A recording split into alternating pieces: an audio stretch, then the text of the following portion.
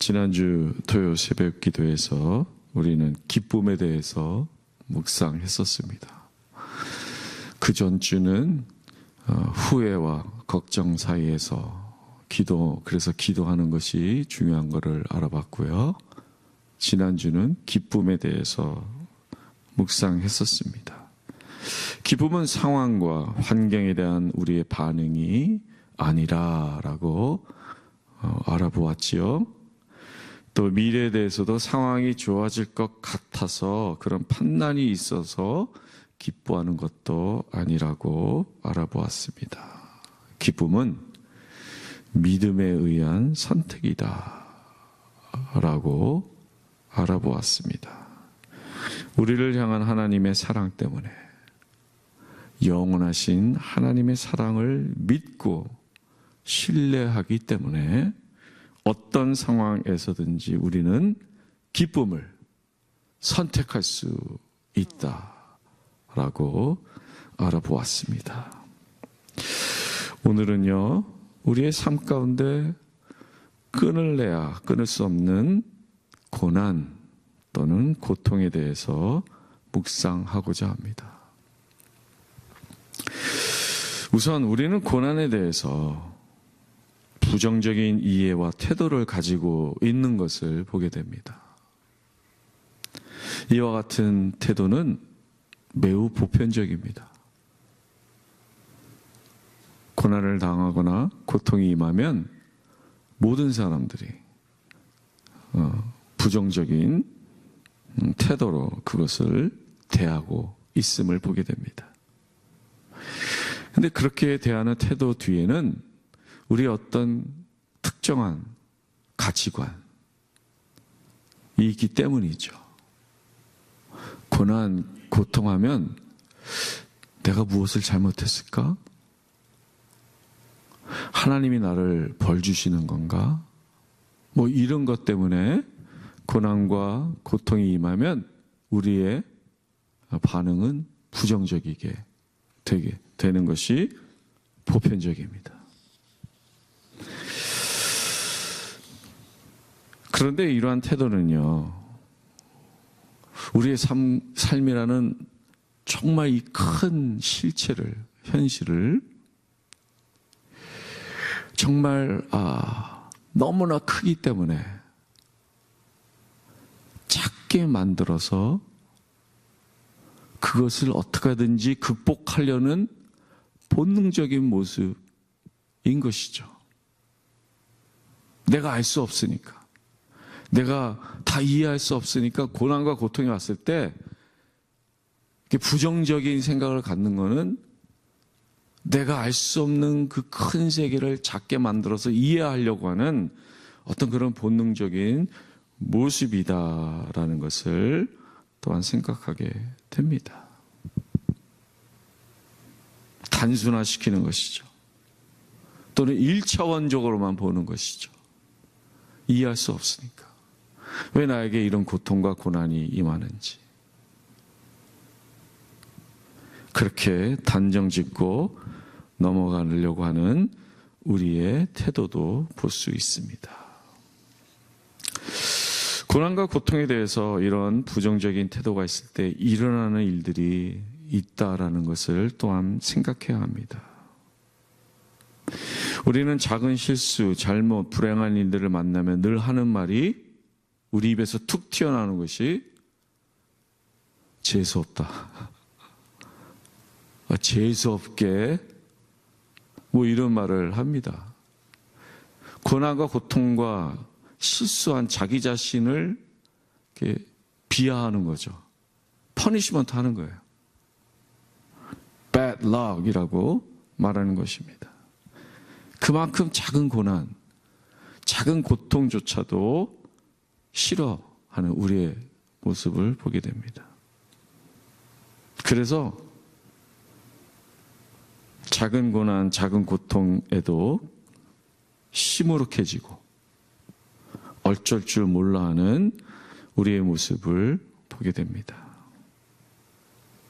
이런 것이 고난과 고통이 임할 때 일어나는 그것을 부정적이다라고 생각할 때 일어나는 우리의 모습들입니다.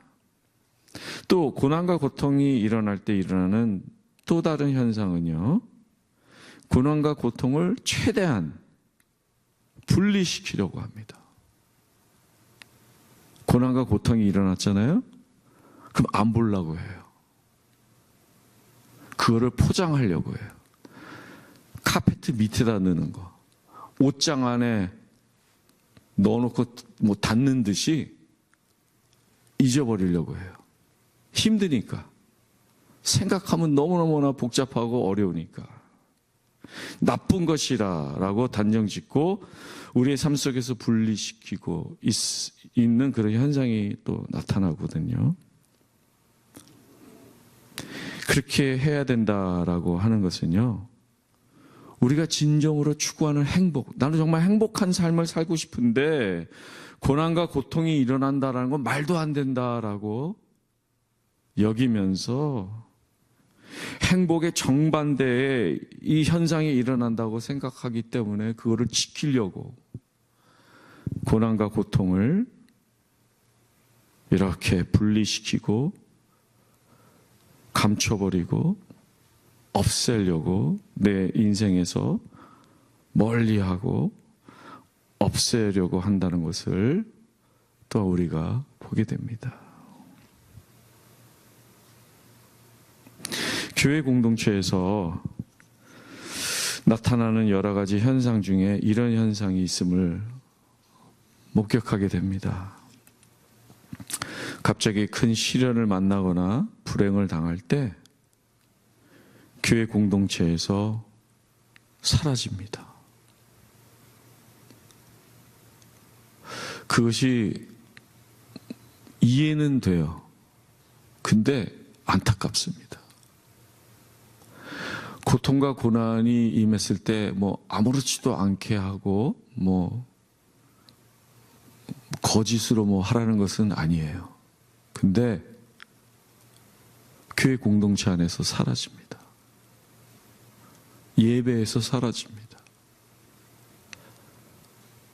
말씀 공부에서 사라집니다. 그게 제일 안타까워요.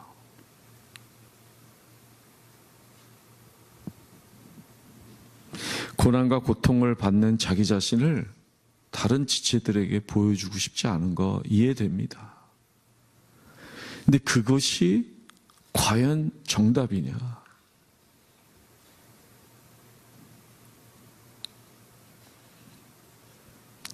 하나님은 누구십니까?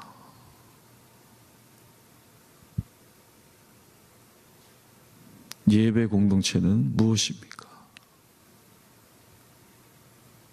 하나님은 우리의 생로병사, 길흉화복을 모두 주관하시는 분입니다. 모든 사람이 그렇다는 건 아니에요. 근데 대체로 우리가 그렇게 하는데 이해는 되지만 과연 그것이 정답인가? 신앙의 모습인가?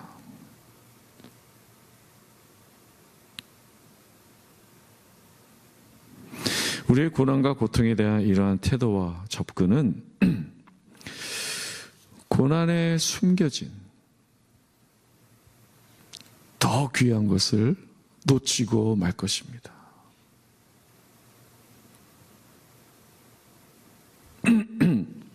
고난을 미워하고 피해 다니기만 한다면요, 우리는 고난에 숨겨진 보물을 발견하지 못할 것입니다.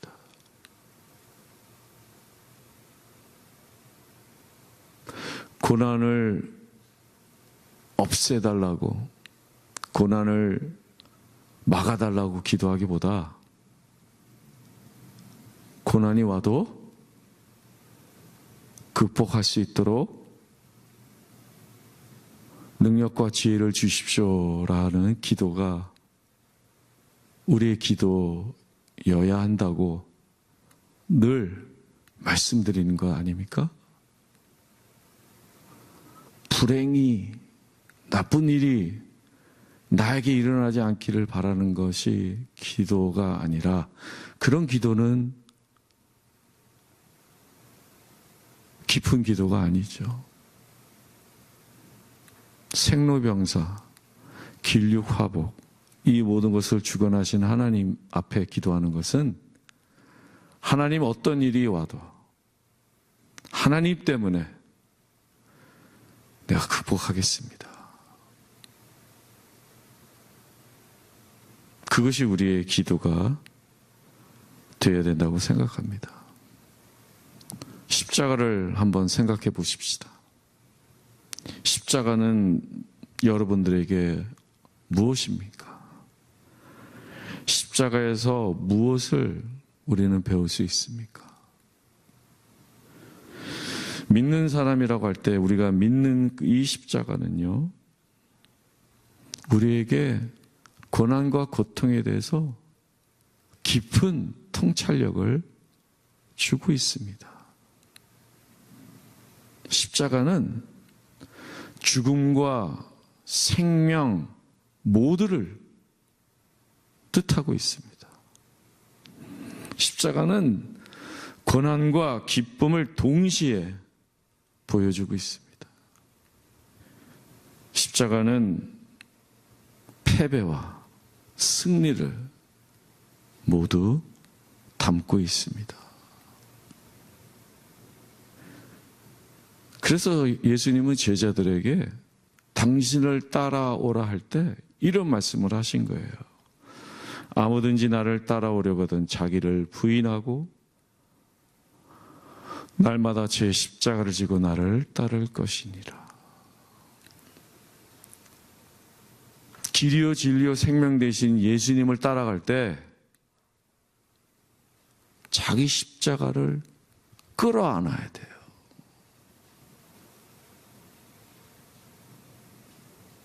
고통과 고난과 어려움도 끌어안아야 돼요.